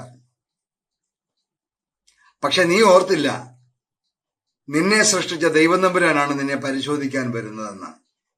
പ്രിയപ്പെട്ടവരെ, ദൈവരാജ്യത്തിൽ പന്തിക്കിരിക്കണമെങ്കിൽ വളരെ അധികം റിക്വയർമെന്റ്സ് പൂർത്തിയാക്കണം.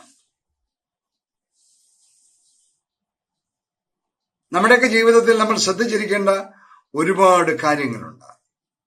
നമ്മൾ വ്യാജ ഏജന്റന്മാരിൽ നിന്നും വ്യാജ വിസ സംഘടിപ്പിച്ചാൽ ഒരു കാരണവശാലും സ്വർഗരാജ്യത്തിൽ എത്തിപ്പറ്റാമെന്ന് വിചാരിക്കരുത്. അങ്ങനെ ഒരുപാട് പേര് കണ്ട കുട്ടി ദൈവങ്ങളുടെ കയ്യിൽ നിന്ന് വ്യാജ വിസ വാങ്ങിച്ചു വെച്ചിട്ടുണ്ട്. ഇല്ല, ദൈവം തമ്പുരാൻ വരും നിന്നെ പരിശോധിക്കാൻ. പ്രിയപ്പെട്ടവരെ, എന്താണ് കല്യാണ വസ്ത്രം? ഞാനൊരു അനാലജി നിങ്ങളോട് പറഞ്ഞ് നമ്മുടെ ഇന്നത്തെ ധ്യാനം അവസാനിപ്പിക്കാമെന്ന് വിചാരിക്കുകയാണ്. ഞാൻ കുർബാനയെ കുറിച്ച് കമ്പയർ ചെയ്താണല്ലോ കല്യാണ സദ്യയെ കുറിച്ച് നിങ്ങളോട് പറയാൻ ശ്രമിച്ചത്. കർത്താവ് പറഞ്ഞ ഓർമ്മയില്ലേ, ഞാൻ വരുന്നത് വരെ നിങ്ങൾ ഇത് തുടരണം എന്ന് ശിഷ്യന്മാരോട് പറഞ്ഞിട്ടാ പോയത്. ഞാൻ മടങ്ങി വരുന്നത് വരെ നിങ്ങൾ ഇതിന്റെ ഓർമ്മയ്ക്കായിട്ട് ചെയ്യണം. സ്വർഗാരോഹണം ചെയ്ത് പോയപ്പോ കർത്താവ് ഒരു വാചകം കൂടെ പറഞ്ഞിട്ടാ പോയത്. ഓർമ്മയുണ്ടോ അത്? ഇനി നമ്മൾ ഒരുമിച്ച് സ്വർഗരാജ്യത്തിൽ പന്തിക്കിരിക്കുന്നത് വരെ ഞാൻ ഇനി ഈ പാനപാത്രത്തിൽ നിന്ന് കുടിക്കയില്ല എന്ന് എഴുതിയിരിക്കുന്നു. എന്ന് പറഞ്ഞ അർത്ഥം എന്താണ്? ഇത് സ്വർഗരാജ്യത്തിലെ വലിയ സദ്യയ്ക്ക് വേണ്ടിയുള്ള പ്രീ ടേസ്റ്റ് ആണ്.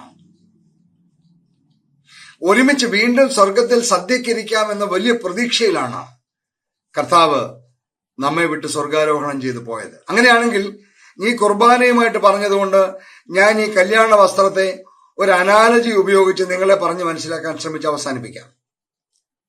ഞാൻ ഈ കല്യാണ വസ്ത്രത്തെ വിശുദ്ധ കുർബാനയ്ക്ക് പുരോഹിതൻ അണിയുന്ന കാപ്പായോട് ഒന്ന് കമ്പയർ ചെയ്യാനായിട്ട് പോവുകയാണ്. മദ്ബഹായിൽ കയറുന്ന ആളുകൾക്കെല്ലാം അറിയാമല്ലോ ഈ കാപ്പായുടെ സെറ്റപ്പ്. പുറത്തിരിക്കുന്ന ആളുകൾക്കൊക്കെ എല്ലാവർക്കും ഒന്നും അറിയില്ലായിരിക്കും. എന്നാലും പല പീസുകളാണ് നമ്മുടെ വിശുദ്ധ കുർബാനയ്ക്ക് ഉപയോഗിക്കുന്ന കാപ്പ എന്ന് പറയുന്നത്. പല പീസുകളാണ്. അത് ധരിക്കുന്നതിന് ഒരു ചടങ്ങുണ്ട്. അത് ആദ്യം ഇടേണ്ടതുണ്ട്. അങ്ങനെ ഓർഡറിലാണല്ലോ ഈ കാപ്പ ധരിക്കുന്നത്. ഞാനതിന്റെ ഓർഡർ ഒന്ന് പറയാം. അപ്പൊ നിങ്ങൾക്ക് ഞാൻ പറയാൻ പോകുന്നത് എന്താണെന്ന് മനസ്സിലാവും. വിശുദ്ധ കുർബാന അർപ്പിക്കാൻ ഒരുങ്ങുന്ന പുരോഹിതൻ ആദ്യം ഒരു നെടുങ്കൻ ഷീറ്റ് പോലെ ഒരു സാധനമാണ് എടുത്തിടുന്നത്. അറിയാമല്ലോ, ഞാനിപ്പോ അതിന്റെ പേരൊന്നും കാര്യങ്ങളൊന്നും പറയുന്നില്ല. അതിന്റെ ടെക്നിക്കൽ ടേംസ് ഒന്നും ഉപയോഗിക്കാൻ ആഗ്രഹിക്കും, നിങ്ങളെ മനസ്സിലാക്കിയാൻ വേണ്ടി മാത്രം. നെഞ്ചോട് ചേർത്ത് ഒരു പീസ് തുണിയാണ് ആദ്യം ഇടുന്നത്. ഇങ്ങനെ പുറകോട്ടിട്ടിട്ട് നെഞ്ചോട് ചേർത്ത് ഇത്രയും വീതിയുള്ള ഒരു തുണി താഴെ അറ്റം വരെ ഇട്ടേക്കും. ഞാൻ അതിനെ പറയാൻ ആഗ്രഹിക്കുന്നത് എന്താണെന്നറിയാമോ? അത് നമ്മുടെ മാതാപിതാക്കളാണ്. നമ്മളെ നെഞ്ചോട് ചേർത്ത് വെച്ച് വളർത്തിയ മാതാപിതാക്കളാണ്. ഒരു അനാലജിയാണ്, ലിറ്ററലി വ്യാഖ്യാനിച്ച് കളയരുത്. വളരെ കാര്യമായിട്ട് ശ്രദ്ധിക്കുക. ഒരാശയം കമ്മ്യൂണിക്കേറ്റ് ചെയ്യാൻ വേണ്ടിയാണ്. വിശുദ്ധ കുർബാനയ്ക്ക് ഒരുങ്ങുന്ന പുരോഹിതന്റെ വേഷത്തെയാണ് കമ്പയർ ചെയ്യുന്നത്. അദ്ദേഹം ആദ്യം ധരിക്കുന്ന ഈ ബ്രസ്റ്റ് പ്ലേറ്റ്, അത് തന്റെ നെഞ്ചോട് ചേർത്ത് ധരിക്കുന്ന ഈ പീസ് ആയതുകൊണ്ട് ഞാൻ പറയുന്നു, അത് നമ്മെ നെഞ്ചോട് ചേർത്ത് വെച്ച് വളർത്തിയ നമ്മുടെ മാതാപിതാക്കളാണ്. അത് കഴിയുമ്പോൾ ഒരിടക്കെട്ട് കിട്ടും. അതെന്താണ്? നമ്മോട് കൂടെ ദൈവം തമ്പുരാൻ കൂട്ടിച്ചേർത്ത നമ്മുടെ സഖിയെ അല്ലെങ്കിൽ സഖാവിനെയാണ്. പുരുഷന്മാരാണെങ്കിൽ നിങ്ങളോട് കൂടെ ദൈവം ഇടയ്ക്ക് കെട്ടിച്ചേർത്ത നിങ്ങളുടെ ഭാര്യ. സ്ത്രീകളാണെങ്കിൽ നിങ്ങളോട് ദൈവം തമ്പുരാൻ കെട്ടിച്ചേർത്ത നിങ്ങളുടെ ഭർത്താവ്. കാപ്പാതിരിക്കുന്ന അച്ഛന്മാരോട് ചോദിക്കൂ, ഞാൻ ഈ പറഞ്ഞതെല്ലാം കറക്റ്റാണോ എന്ന്. ആദ്യത്തേത് നെഞ്ചോട് ചേർത്തിരുന്ന പീസ്, അതെന്റെ മാതാപിതാക്കളാണ്. രണ്ടാമത് ഇടക്കെട്ടാണ് കെട്ടുന്നത്. അത് എന്നോടൊപ്പം ദൈവം കൂട്ടിച്ചേർത്ത എന്റെ ആളാണ്. പിന്നെ ഇടത്തെ കയ്യുറയിലാണ് കയറ്റിയിടുന്നത്. ഇടത്തെ കയ്യിൽ ഒരു കയ്യുറ കയറ്റിയിടും. അത് എന്റെ സഹോദരങ്ങളാണ്. അത് കഴിഞ്ഞ് വലത്തെ കയ്യിൽ ഒരു കയ്യുറ കയറ്റിയിടും. അത് എന്റെ മക്കളാണ്. ഇത് കഴിയുമ്പോഴാണ് കാപ്പ വലിയ തുണിയെടുത്ത് ഇങ്ങനെ പുറത്തൂടെ വീശി പുറമിടും. ഇങ്ങനെയാണ് ആ കാപ്പായുടെ തുണിയെടുത്തിടുന്നത്. നമ്മുടെ സമൂഹമാണ്. ഇനി ഞാൻ പറഞ്ഞു ശ്രദ്ധിക്കുക. കല്യാണ വസ്ത്രം ഇതാണ്. ഒന്ന് ഇമാജിൻ ചെയ്യുക. എന്റെ നെഞ്ചോട് ചേർത്ത് വെച്ച് വളർത്തിയ എന്റെ അപ്പനും അമ്മയും, എന്റെ ജീവിതയാത്രയിൽ എന്നോടൊപ്പം ഇടക്കെട്ട് കെട്ടി എന്റെ കൂടെ ചേർത്ത എന്റെ സ്നേഹിതയായിരിക്കേണ്ട ആളാണ്. എന്നോടൊപ്പം ദൈവം ഭൂമിയിലേക്ക് അയച്ച എന്റെ സഹോദരങ്ങൾ, ദൈവം തമ്പുരാൻ എനിക്ക് തന്ന എന്റെ മക്കൾ, ദൈവം തമ്പുരാൻ എന്നെ ആക്കി വെച്ച എന്റെ സമൂഹം. ഇതാണ് കല്യാണ വസ്ത്രം. ഇങ്ങനെയാണ് കല്യാണ വസ്ത്രമെങ്കിൽ ദൈവം തമ്പുരാൻ നമ്മളെ പരിശോധിക്കുമ്പോൾ ഈ എല്ലാ പീസും കൃത്യമായി അതാത് സ്ഥാനങ്ങളിൽ ഉണ്ടായിരിക്കണം.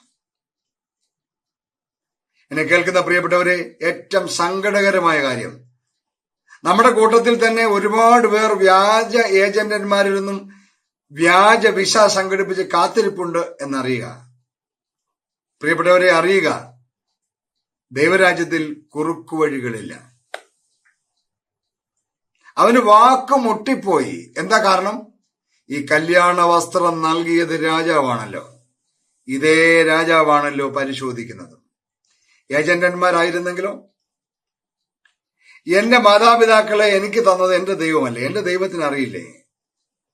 എന്നെ പരിശോധിക്കുന്ന ദൈവം തമ്പുരാൻ വരുമ്പോൾ ഞാൻ എഴുന്നേറ്റ് നിൽക്കണം. ഒരഭ്യാസവും നടക്കുകയില്ല. എഴുന്നേറ്റ് നിൽക്കുമ്പോൾ എന്റെ മാതാപിതാക്കൾ എന്നോടൊപ്പം ഉണ്ടോ? എന്റെ മാതാപിതാക്കളെ ഞാൻ വേണ്ട പോലെ ശ്രദ്ധിച്ചിട്ടുണ്ടോ? എന്റെ സഹധർമ്മിണിയോടുള്ള എന്റെ പെരുമാറ്റം എങ്ങനെയായിരുന്നു? എന്റെ സഹോദരങ്ങളോട്, എന്റെ മക്കളോട്, എന്റെ സമൂഹത്തോട്? പ്രിയപ്പെട്ടവരെ, ഞാനൊരു ചോദ്യം നിങ്ങളോട് ചോദിക്കട്ടെ. കർത്താവ് ഈ രാത്രി വന്ന കാഹളനാദം കേട്ട് എഴുന്നേറ്റ് നിൽക്കുമ്പോൾ നിങ്ങളുടെ കല്യാണ വസ്ത്രത്തിന്റെ ഏത് പീസാണ് ഇല്ലാത്തത് എന്ന് ഓർക്കുക. നിങ്ങളുടെ കല്യാണ വസ്ത്രം പൂർണ്ണമായി നിങ്ങൾക്കുണ്ടോ? അതോ ഞാൻ ഈ പറഞ്ഞ ഏതെങ്കിലും ഒരു അംശം മിസ്സിംഗ് ആണോ? ആണെങ്കിൽ ദൈവം ചോദിക്കും, സ്നേഹിത, നീ കല്യാണ വസ്ത്രമില്ലാതെ അകത്ത് വന്നത് എങ്ങനെയാണ്? അവിടെ എഴുതി വയ്ക്കുന്ന വാചകം ശ്രദ്ധിച്ചോ. അവന് വാക്ക് മുട്ടിപ്പോയി, മിണ്ടാനാവാതെ നിൽക്കുകയാണ്. എന്ത് സംഭവിച്ചു? വാക്യം 13, അവനെ കൈയും കാലും കെട്ടി ഏറ്റവും പുറത്തുള്ള ഇരുട്ടിൽ തള്ളിക്കളഞ്ഞു. ഒരിക്കലും അഴിക്കാനാവാത്ത വിധം കെട്ടി അവനെ ദൂരേക്ക് എറിഞ്ഞു കളഞ്ഞു. From where he came. സൂത്രത്തിൽ സ്വർഗത്തിൽ പോകാമെന്ന് ധരിച്ചവന് കരച്ചിലും പല്ലുകടിയും ഉണ്ടായി എന്നാണ്. വാക്യം 14, വിളിക്കപ്പെട്ടവർ അനേകർ, തെരഞ്ഞെടുക്കപ്പെട്ടവരോ ചുരുക്കം. നാം എല്ലാം ക്ഷണിക്കപ്പെട്ടവരാണ്, തെരഞ്ഞെടുക്കപ്പെട്ടവരാണ്. കല്യാണ വസ്ത്രത്തിന്റെ ഏത് പീസാണ് ഇല്ലാത്തത്? ഈ രാത്രി എന്നെ കേൾക്കുന്ന പ്രിയപ്പെട്ട സഹോദരങ്ങളെ, നിങ്ങളുടെ ജീവിതങ്ങളിലേക്ക് നിങ്ങളൊന്ന് തിരിഞ്ഞു നോക്കി. നിന്റെ കല്യാണ വസ്ത്രത്തിന്റെ ഏത് അംശമാണ് നിനക്ക് നഷ്ടപ്പെട്ടത്? നിന്റെ മാതാപിതാക്കളാണോ? നിന്നോടൊപ്പം ദൈവം കൂട്ടിച്ചേർത്ത നിന്റെ ഇണയാണോ? നിന്റെ സഹോദരങ്ങളാണോ? നിന്റെ മക്കളാണോ? നിന്റെ സമൂഹമാണോ നിന്റെ കൂടെ ഇല്ലാത്തത്? നിന്റെ കല്യാണ വസ്ത്രത്തിന്റെ ഏത് പീസാണ് ഇല്ലാത്തത്? നമുക്ക് ആത്മശോധന ചെയ്യാം. കല്യാണ വസ്ത്രമില്ലാത്തവനെ കൈയും കാലും കെട്ടി ദൈവം തമ്പുരാൻ പുറത്ത് എറിഞ്ഞു കളയും. എന്നെ കേൾക്കുന്ന എന്റെ സഹോദരങ്ങളെ, പ്രിയപ്പെട്ടവരെ, കർത്താവ് മടങ്ങി വന്ന് സ്വർഗരാജ്യത്തിന് സദ്യക്കിരിക്കുമ്പോൾ നമ്മളെല്ലാവരും കല്യാണ വസ്ത്രം ധരിച്ചവരായി അവിടെ ഉണ്ടായിരിക്കാനായി ഞാൻ പ്രാർത്ഥിക്കുന്നു, ഞാൻ ആശിക്കുന്നു, ഞാൻ ആഗ്രഹിക്കുന്നു. നമ്മളെല്ലാവരും ഒരുമിച്ച് വീണ്ടും അവിടെ കർത്താവിനോട് ചേർന്ന് രാജകുമാരന്റെ സദ്യയിൽ പങ്കെടുക്കാൻ ദൈവം തമ്പുരാൻ നമ്മളെ എല്ലാവരെയും സഹായിക്കട്ടെ. Thank you. God bless you.